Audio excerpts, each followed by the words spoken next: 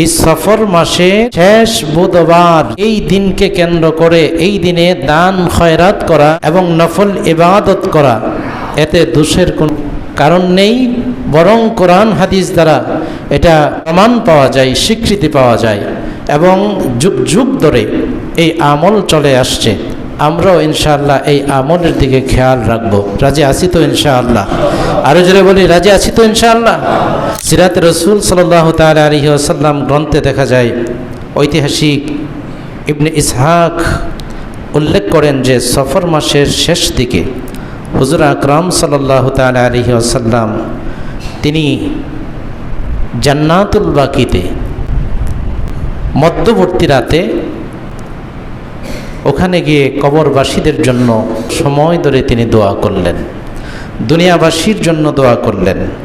দোয়া করার পরে প্রায় শেষ রাতের দিকে হুজুর আকরাম সাল্লাল্লাহু তাআলা আলাইহি ওয়াসাল্লাম হুজরা শরীফে তাশরিফ নেন। তিনি অসুস্থ হয়ে পড়েন।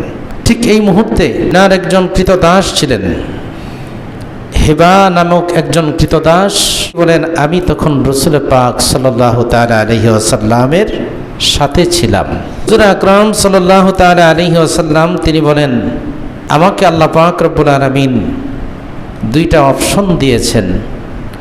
এক নাম্বার হচ্ছে এই জগতের সব ধরনের ধন ভাণ্ডারের চাবি ও দীর্ঘ জীবন, এটা যেন আমি গ্রহণ করি। এক নম্বরে হচ্ছে দুনিয়ার যত সম্পদ আছে সমস্ত ধন সম্পদের ধন ভাণ্ডারের যেই চাবি, এটা গ্রহণ করার জন্য এবং দীর্ঘ জীবন লাভের সুযোগ দিয়েছে, সেটাও যেন আমি গ্রহণ করি। এটা হচ্ছে এক নম্বর অপশন। দুই নম্বর অপশন হচ্ছে বেহেশত তথা আল্লাহর সান্নিধ্য লাভে খুব তাড়াতাড়ি আল্লাহর সান্নিধ্যকে, রাফিকে আলার সাক্ষাৎকে আমি কবুল করি। এই দুইটার মধ্যে একটা আমাকে গ্রহণ করতে হবে। তো হেবা বলে নবীজির কৃতদাস তিনি বলেন যে আমি বললাম, ইয়া রাসূলুল্লাহ, ইয়া হাবিবাল্লাহ, আপনি প্রথমটি গ্রহণ করুন। হুজুর আকরাম সাল্লাল্লাহু তাআলা আলাইহি ওয়াসাল্লাম বললেন, হেবা আমি প্রথমটিকে উপেক্ষা করে দ্বিতীয় অপশনটাকে আমি গ্রহণ করলাম। চিৎকার মেরে বলি সুবহানাল্লাহ। হুজুর আকরাম সাল্লাল্লাহু তাআলা আলাইহি ওয়াসাল্লাম তিনি আগে থেকেই বুঝতে পেরেছিলেন যে আল্লাহ পাক রব্বুল আলামিন তেনার জন্য যে অপশন দিয়েছে, দুটি অপশন, হয়তো দুনিয়ার জীবনকে তিনি গ্রহণ করবেন, দুনিয়ার দীর্ঘ জীবন এবং ধন সম্পদকে তিনি গ্রহণ করবেন, আর নয়তো আল্লাহর ডাকে সাড়া দেওয়া সেটাকেই গ্রহণ করবেন।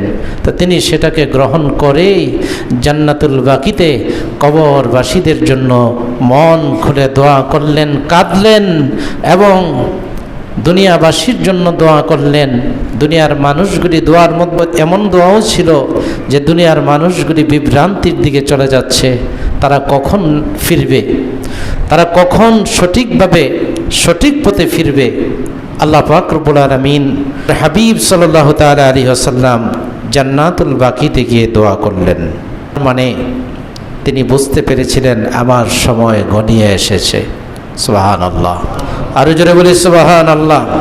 হুজুর আকরাম সাল্লাল্লাহু তাআলা আলাইহি ওয়াসাল্লাম অসুস্থ হয়ে পড়লেন।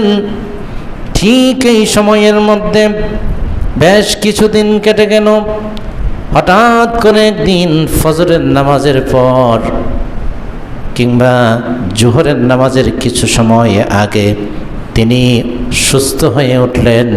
সুস্থ হয়ে হযরতে আম্মা জান আয়েশা সিদ্দিকা রাদিয়াল্লাহু তাআলা আনহাকে বললেন, আয়েশা রে, আমার একটু সুস্থ সুস্থ ভাব লাগছে, আমাকে একটু গোসল করিয়ে দাও। সুবহানাল্লাহ, আরো জোরে বলি সুবহানাল্লাহ। আম্মা জান আয়েশা সিদ্দিকা রাদিয়াল্লাহু তাআলা আনহা তিনি আমার নবীকে গোসল করাতে সহযোগিতা করলেন। নবীজি গোসল সারলেন, সুস্থতা অনুভব করলেন। তারপরে ডাক দিয়ে বললেন, আয়েশা রে, ঘরে কি রয়েছে, খাবারের ব্যবস্থা করো। তিনি খাবার নিয়ে বসলেন। সঙ্গে সঙ্গে ডাক দিয়ে বললেন, আয়েশা রে, আমার মা ফাতেমাতুজ জাহরা খাতুনে জান্নাত ফাতেমাকে ডাক দাও। কারণ নবীজি ফাতেমা রাদিয়াল্লাহু তাআলা আনহাকে খুব বেশি মহব্বত করতেন, পছন্দ করতেন। তিনি যদি মদিনার বাইরে কোথাও যেতেন, মদিনাতে ঢুকে সর্বপ্রথম এনার হুজরা মুবারকে আসার পূর্বেই আম্মাজান হযরতে খাতুনে জান্নাত মা ফাতেমা রাদিয়াল্লাহু তাআলা আনহুর খোঁজখবর নিয়ে আসতেন। সুবহানাল্লাহ, তো জোরে বলি না সুবহানাল্লাহ। কিতাব প্রমাণ করে আমার নবীজি মা খাতুনে জান্নাত ফাতেমাতুজ জাহরাকে সাথে নিয়ে মাওলা আলীর কলিজার টুকরা, আমার নবীর কলিজার টুকরা ইমাম হাসান হুসাইন রাদিয়াল্লাহু তাআলা, এই দুই ভাইকে সাথে নিয়ে আমার নবীজি খাবার ভক্ষণ করলেন। সুবহানাল্লাহ। কিতাব প্রমাণ করে এরপরেই আবার আল্লাহর রাসূল অসুস্থতার দিকে ফিরে যান। এই যে সামান্য সময় একটু সুস্থ হলেন, সুস্থতা অনুভব করলেন, ঠিক এই মুহূর্তে সাহাবায়ে কেরাম রাদিয়াল্লাহু তাআলা এনাদের কাছে সেই সংবাদ গিয়ে পৌঁছল। সেই সংবাদ গিয়ে পৌঁছল আল্লাহর রাসূল সাল্লাল্লাহু তাআলা আলাইহি ওয়াসাল্লাম সুস্থতা লাভ করেছেন। সুবহানাল্লাহ। এই সুস্থতা লাভের সংবাদ পেয়ে সাহাবায়ে কেরামের মধ্যে এত আনন্দ বেড়ে গেল, রাসূল পাকের উপর যে কৃত্রিম ভালোবাসা, এত ভালোবাসা হুজুর আকরাম সাল্লাল্লাহু তাআলা আলাইহি ওয়াসাল্লাম আর এই সুস্থতার মধ্যে অনেক সাহাবায়ে কেরাম তারা চিন্তা করেছে নবীজি যেইভাবে প্রচণ্ড মাথা ব্যথা এবং জ্বরে হুঁশ হারিয়ে ফেলতেন, আবার হুঁশ ফিরে পেতেন, এমন কঠিন পরিস্থিতি মনে হচ্ছে আল্লাহর রাসূল আর সুস্থ হবে না। সাহাবায়ে কেরামদের মধ্যে অনেকেই নবীজির বেঁচে থাকার, দুনিয়ার জিন্দেগিতে থাকার যেই আশ্বাস ছিল, আশা ছিল, অনেকেই হয়তো সেটা ছেড়ে দিয়েছেন। যেমন আমরা অনেক সময় করে থাকি, অনেক বেশি অসুস্থ রোগী যারা, তাদের বেলায় অনেক সময় আমরা এই ধরনের চিন্তা করি যে হয়তো যেই পরিস্থিতি আমার মনে হয়, আমাদের মনে হয় আর বাঁচবে না, এরকম হয় কি না? যেটা বলুন না, এরকম হয় কি না? হয়। সাহাবায়ে কেরাম তারাও ভাবলেন যে আল্লাহর রাসূল হয়তো আর বাঁচবেন না, হায়াতের জিন্দেগিতে আমরা পাবো না। যেই মাত্র একটু আশার আলো দেখলো, সুস্থতা দেখলো, সাহাবায়ে কেরাম খুশি হয়ে আল্লাহর রাস্তায় মন খুলে তারা দান করা আরম্ভ করে দিল। চিৎকার মেরে বলি সুবহানাল্লাহ। হযরতে আবু বকর সিদ্দিক রাদিয়াল্লাহু তাআলা আনহু তিনি সর্বপ্রথম ৫,০০০ দিনার, ৫,০০০ দিরহাম দান করে দিলেন আল্লাহর রাস্তায়। সুবহানাল্লাহ বলি। তৎকালীন সময়ে ৫,০০০ দিরহাম এটা অনেক বেশি কিছু ছিল।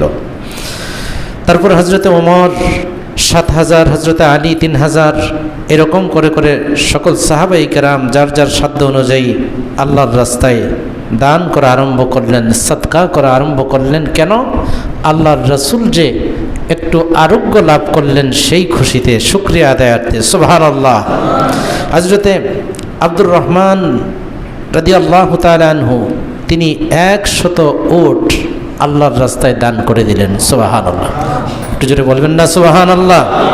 সুবহানাল্লাহ। এমনিভাবে সাহাবায়ে কেরাম আল্লাহর রাস্তায় এভাবে দান করা আরম্ভ করে দিলেন। একটা পর্যায়ে এত পরিমাণে সাহাবায়ে কেরাম রাসূল আকরাম সাল্লাল্লাহু তাআলা আলাইহি ওয়াসাল্লামের জন্য দান সদকা আরম্ভ করলেন। শুধু তাই নয়, তারা সাধ্য অনুযায়ী নফল ইবাদত আরম্ভ করে দিলেন। সমাজে তো এটা বহুল প্রচলিত, তারপরেও কিছু কিছু ভাইয়েরা এই বিষয়টাকে নিয়ে একটু মতানৈক্য সৃষ্টি করার চেষ্টা করে যে কোরআন হাদিসে এর কোনো অকাট্য প্রমাণ নাই, দলিল নাই। তো কোরআন হাদিসে সাহাবায়ে কেরাম থেকে এর উক্তি পাওয়া যায়, তাফসিরের কিতাবে এবং ঐতিহাসিক সিরাত গ্রন্থগুলির মধ্যেও এই দিনের, এই বিষয়টার সম্পৃক্ততা পাওয়া যায়। এই দিনটাকে সাহাবায়ে কেরাম উদযাপন করেছেন। সেই দৃষ্টিকোণ থেকে বিশেষ করে এই ভারতবর্ষে এই দিনটা উদযাপিত হয়ে আসছে, যার ধারাবাহিকতায় এই দেশে এই দিনে সরকারি গেজেট ছুটির ব্যবস্থাও আছে।